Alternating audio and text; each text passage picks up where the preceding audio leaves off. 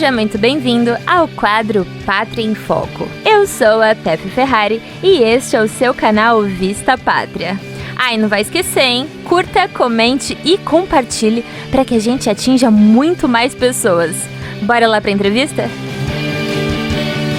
Então fala aí, quem que é o Dex? Eu sou uma máquina de assassinar reputações. Eu sou um pequeno delinquente do submundo do Twitter. Pelo menos segundo os inimigos, mas eu gosto dessas classificações.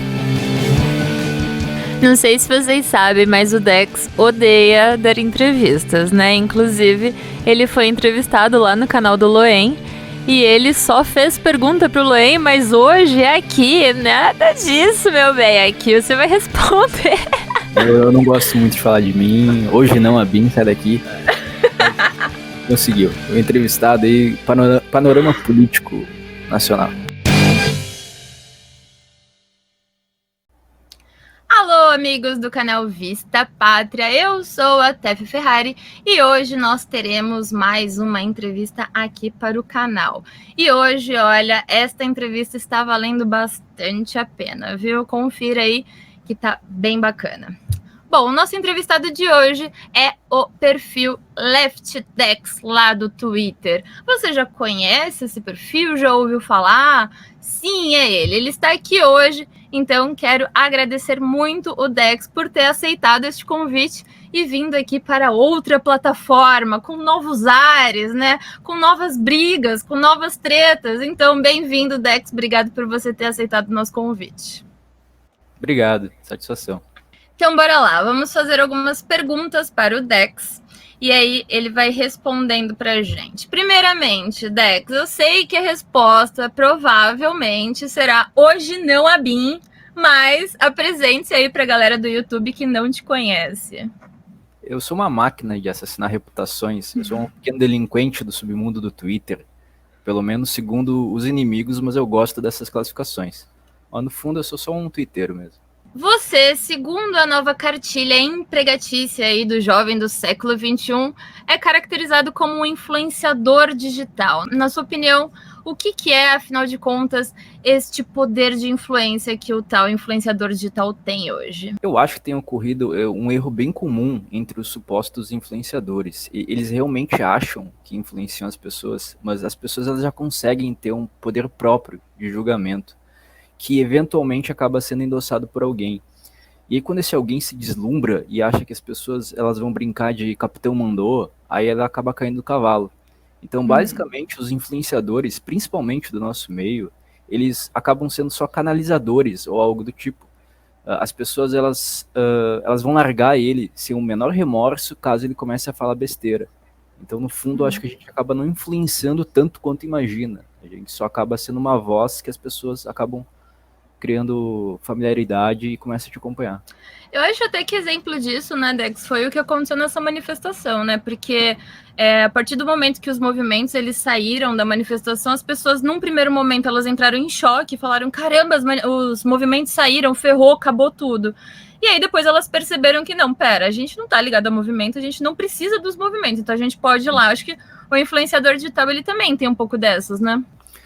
Como tem essa independência, apesar das más línguas sempre acharem que a gente está ligado a algum gabinete ou com movimento político, ou ter alguma pretensão política, eu acho que esse dia 15 foi bem emblemático nesse sentido, que várias pessoas realmente não acompanharam pauta única que foi emitida de cima, que saiu diretamente do presidente, dizendo, não vão, e alguns deputados acompanharam, enquanto que alguns pretensos influenciadores falaram, não, a gente vai seguir aqui com a mesma opinião que está alinhada à da população. E isso acabou criando esse contato, essa identificação nesse exemplo máximo, assim, que foi esse dia 15. Sim, inclusive esse dia 15 foi maravilhoso, as pessoas estiveram lá na rua e elas cancelaram o cancelamento, eu achei incrível. Exato. Isso. Bom, hoje uma das redes sociais mais fortes, vamos dizer assim, ou pelo menos a que tem mais polêmica, onde as coisas acontecem, é o Twitter, né? O Twitter, ele é quase que a deep web ali das plataformas sociais, né? É tudo que tem de ruim que as pessoas falam, né? Tudo que tem de pior, tudo que tem de mais grotesco, as pessoas falam que estão ali no Twitter. Conta aí um pouquinho para o pessoal que não tem Twitter ou que não tem tanta familiaridade com o Twitter. Qual que é aí a principal diferença entre o Twitter e aqui o YouTube, essa plataforma? Uma das principais diferenças eu acho que seria a velocidade. Porque se acontece alguma coisa, o pessoal por lá ele já está repercutindo em questão de minutos. Porque tu não tem muito trabalho para escrever um tweet. No YouTube tu tem que elaborar um vídeo, o assunto tem que render de 5 a 10 minutos, tem que preparar a luz, roteiro, edição, upar o vídeo. Então ele acaba sendo um pouco mais lento. E o Twitter é bem mais rápido nesse sentido. Um segundo fator, eu acho que tem uma possibilidade maior de conflito. Porque como é uma rede social que ela incentiva a interação, ele é um campo muito mais propício para trocar farpa, debater, replicar, retrucar. Vai o pessoal que segue um, retruca o outro cara que tu está replicando. Então tem uma interação muito maior do que no YouTube. Se tem alguma briga no YouTube, o youtuber vai fazer um vídeo na segunda, o outro vai responder na quarta, o outro vai responder na sexta. Até lá já não tem tanto clamor popular, tanto acompanhamento, assim, dá uma esfriada. E no Twitter, numa tarde, tu já vê um arranca-rabo que vai, em questão de horas, já teve um monte de respostas. E eu acho que um terceiro ponto seria a facilidade de criação de memes, que tem uma comunidade muito forte ali que acaba se unindo, e qualquer coisa que repercuta, em questão de minutos já tem gente fazendo meme, montagem, música, imagens, e que acaba geralmente viralizando bem rápido. Eu acho que isso também é a principal coisa que não chega, às vezes, aqui no YouTube, né? No YouTube, por essa demora, as coisas acabam não chegando de uma forma tão rápida ou tão eficiente, né? Acho que até o Eduardo e o Carlos Bolsonaro, eles usam bastante ali a questão do Twitter, porque ali é uma plataforma que eles conseguem responder na hora. E apesar do Twitter ser muito censurável, eu não sei, eu acho que talvez ele esteja menos do que o Facebook e muito menos do que o YouTube. Porque o YouTube tem muito mais restrição de palavras que tu não pode falar. O Twitter tem algumas, mas tu consegue esquivar delas um pouco mais fácil. Mas o YouTube, eles diminuem muito o teu alcance do canal, o algoritmo começa a te prejudicar, tu passa a ficar desmonetizado. E no Twitter não, então tu consegue ter mais liberdade para falar do que no YouTube, mesmo também tendo uma tentativa de cerceamento, mas ele acaba sendo um pouco mais livre, eu acho, de todas as redes sociais atualmente, em questão de repercussão, eu acho que o Twitter tem sido o campeão, assim. Sim, a gente tem alguns exemplos disso com as plataformas, né? O Insta, ele agora tá vendo aquela questão de se publicou meme, aí o meme ele pode ser entendido como uma fake news, eles já tiram, né? Aqui no YouTube tem algumas palavras, então essa doença nova que tá rolando, a gente não pode falar dela, porque aqui é uma plataforma que ela bloqueia pelo algoritmo. O Twitter, ele também tem umas chaticezinhas, então... Um pouco de televisão, né? Tem que ser conteúdo muito familiar, muito amigável. E o Twitter ainda é um pouco mais tóxico nesse sentido. Por isso que a gente gosta, né? Porque as coisas acontecem da forma como deve acontecer. Aqui no YouTube existem alguns influenciadores autoproclamados, né? O rei da plataforma. Né, ele se comporta aí com bom mocismo, eles vêm com um discurso aqui na plataforma de salvar a democracia, eles fazem aí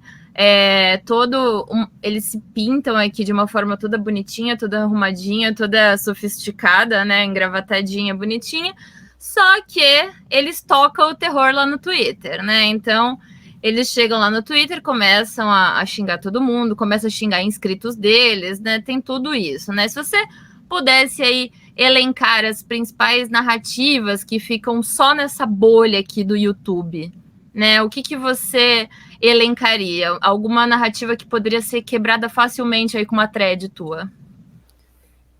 Eu acho, assim, todas as grandes viradas do ano passado, por exemplo, 2019, teve muita gente que causou espanto, assim, com algumas mudanças de pensamento. E praticamente todas começaram no Twitter.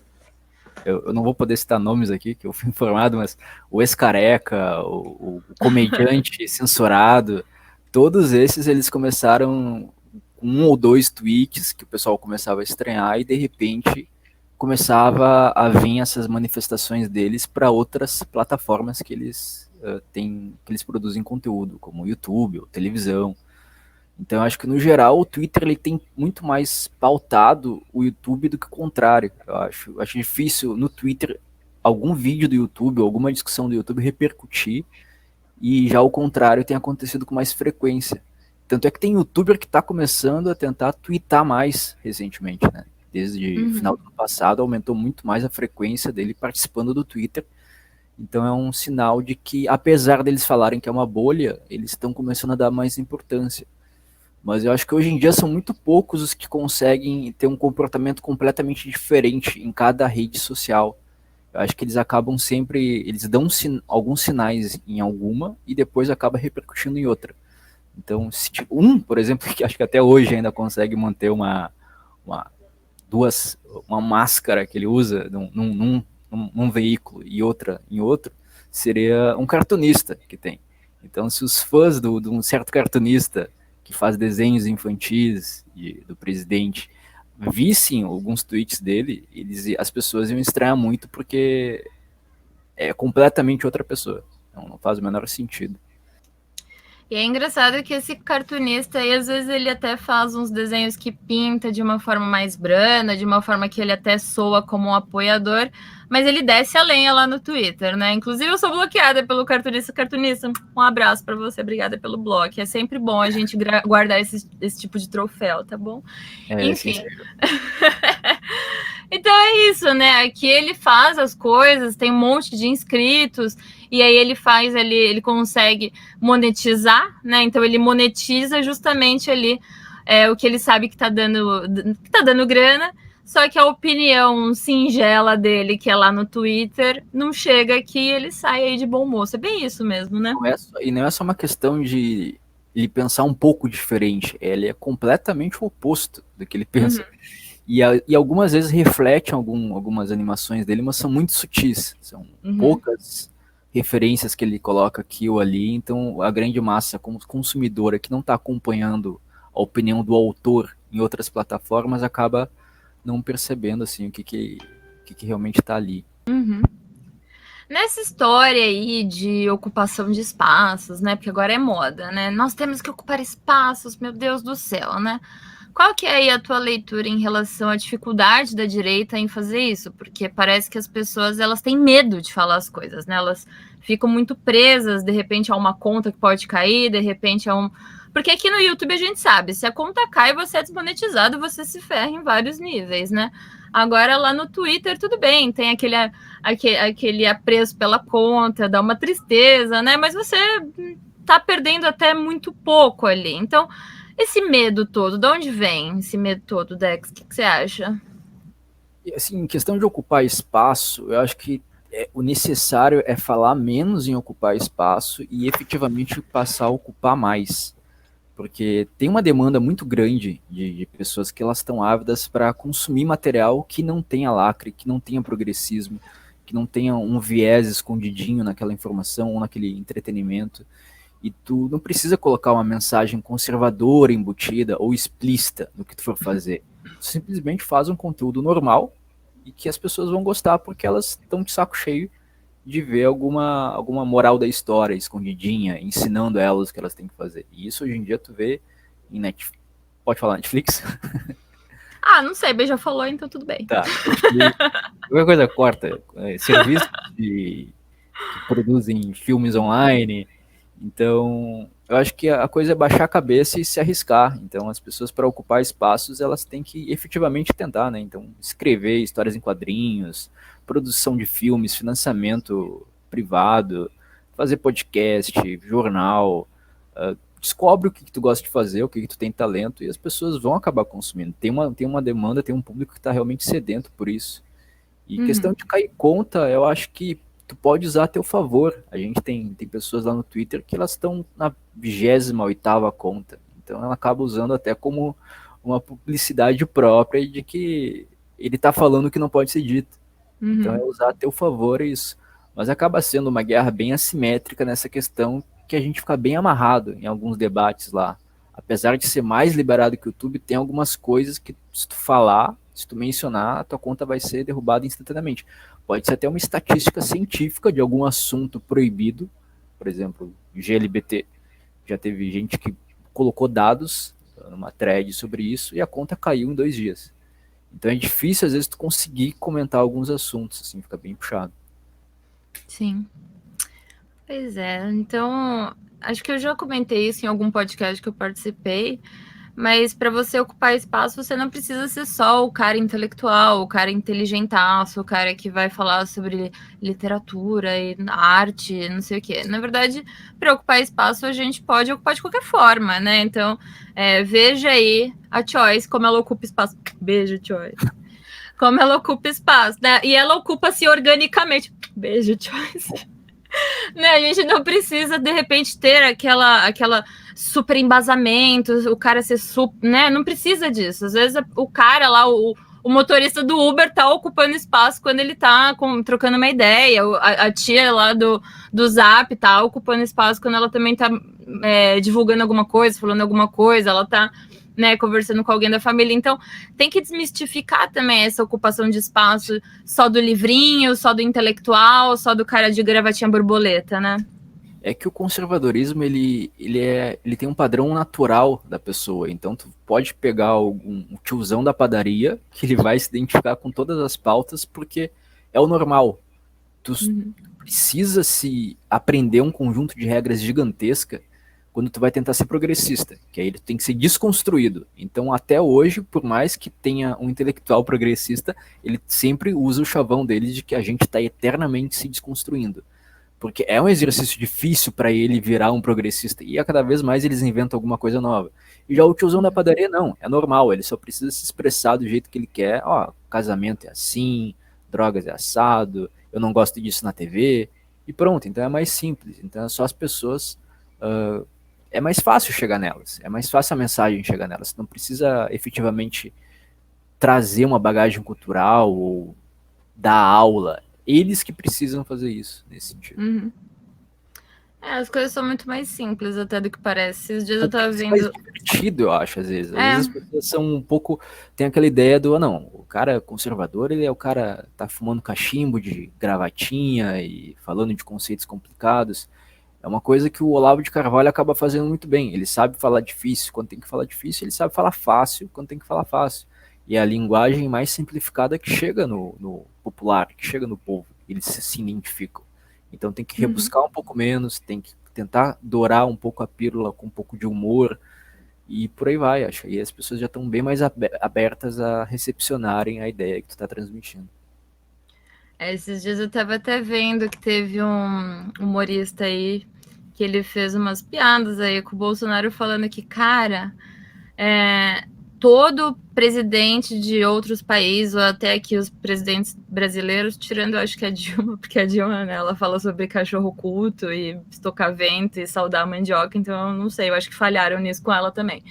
Mas aí ele tava comentando, pô, todos os presidentes seguem ali uma cartilha, seguem ali uma forma de se expressar, uma forma de falar, como mexer as mãos, como fazer isso, como fazer aquilo. E aí o Bolsonaro chega, senta lá, veste a camisa do Coringão e fala, hahaha, tá ok, vamos ferrar todo mundo. Sabe? Então acho que isso também, né? Isso é o retrato do nosso presidente. Nosso presidente, ele não segue esse politicamente correto, essa coisa certinha, essa coisa alinhadinha. Ele vai lá, fala o que pensa e foi isso mesmo que elegeu ele, né, Dex? Acho que ele é bem o retrato do povo hoje, né? É a força da espontaneidade e da personalidade humana que consegue fisgar as pessoas. E tu não consegue emular isso. Então, os opositores, eles ficam tão loucos com isso que eles começam a falar, não, porque veja bem, isso é tudo forjado, isso é marketing. A mesa do café da manhã dele foi preparada, era fake. Então eles tentam desconstruir de alguma forma porque eles tentam fazer, eles colocam um político tradicional lá a comer uma coxinha na padoca e fazer cara feia porque ele não tá acostumado a comer aquilo. E já o Bolsonaro não, tu vê que é autêntico, se ele fosse encenar aquilo, ia ficar artificial, as pessoas iam perceber como elas percebem. Mas do Bolsonaro é autêntico, tanto que às vezes ele a critério até de alguns apoiadores, ele ultrapassa algum limite. Pô, não precisava ter falado aquilo, né? Podia ter evitado dor de cabeça, mas ele vai lá e fala, entendeu? Então, é a autenticidade mesmo dele e que acaba trazendo muito mais identificação do que crítica. Pois é, então, só para fechar este assunto, um beijo, Dória. Pastel de carne. Ela Como não tá é? Comer, come, tá quente, tá com a careta horrorosa, abraçar criança, é um clichê básico de todo político, que o Bolsonaro faz exatamente o oposto, ele desrespeita a liturgia do cargo também, porque o político ele adora ser povão na eleição, e depois que ele tá eleito, ele adora respeitar a liturgia do cargo, né, porque tem que se comportar adequadamente. E o Bolsonaro não, então ele vai lá em coletiva de imprensa de chinelo e calça de abrigo. Então, calça de abrigo, verdade. O menino foi tirar foto com o menininho, virou cara aqui pra tirar foto comigo, gente. Não tem como o marqueteiro falar pra ele fazer isso, é impossível, nenhum marqueteiro ia falar isso, porque o padrão até então era tu montar aquela imagem clássica, e ele trouxe uma linguagem nova em torno dele, que se chama autenticidade, né, é o jeito dele mesmo. Bom, vamos lá, Dex, perguntas difíceis, perguntas, né, reflexivas agora. O seu Molusco, ele recentemente não, faz bastante tempo já que ele fala que ele é uma ideia, né? Que vocês podem fazer o que vocês quiserem comigo, que eu sou uma ideia, eu vou ficar aqui perturbando a vida de vocês eternamente, né? Então, assim, existe a pessoa do Dex, né? Existe aí o que tá por trás aí, a pessoa do Dex, e existe aí o que o Dex se tornou enquanto ideia, enquanto algo que irrita e provoca e desconcerta aí muita gente, né? Isso te incomoda, Dex? Eu acho que a coisa ela escalonou um pouco rápido demais, assim, porque eu tô no Twitter há 1 ano e eu nunca pensei que as coisas iam tomar o rumo que tomaram. Então, as pessoas que acabaram se irritando comigo nesse 1 ano realmente foram inimagináveis. Algumas eu gostava, até admirava e tal, e então foi uma surpresa até pra mim. E a projeção que as pessoas acabam fazendo de mim sempre acaba vindo com alguma cobrança. Principalmente porque eu não falo só de política no Twitter.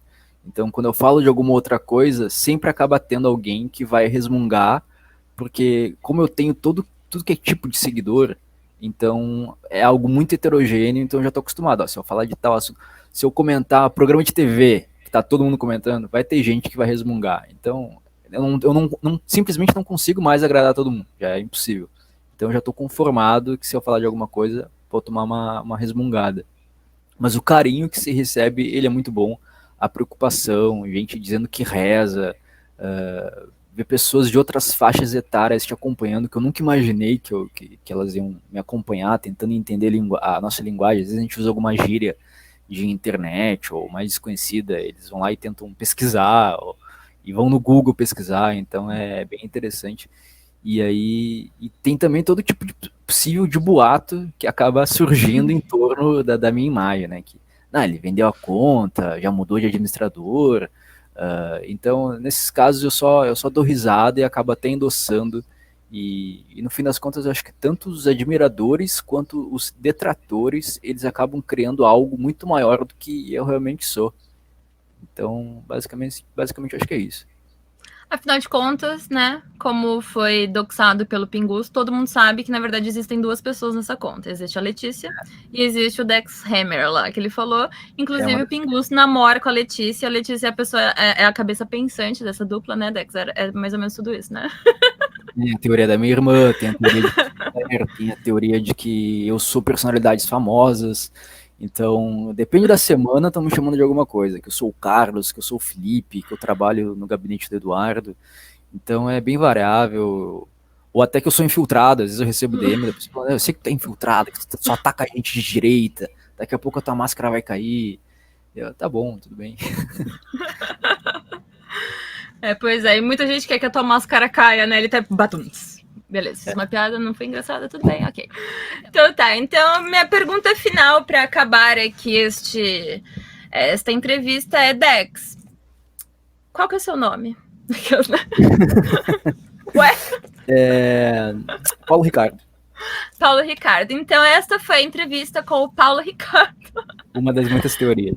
Uma das muitas teorias, né? Então, não é Emílio Surita, não é Carluxo, não é Eduardo, Paulo Ricardo. Descobri, Dex. Se você soubesse quem você...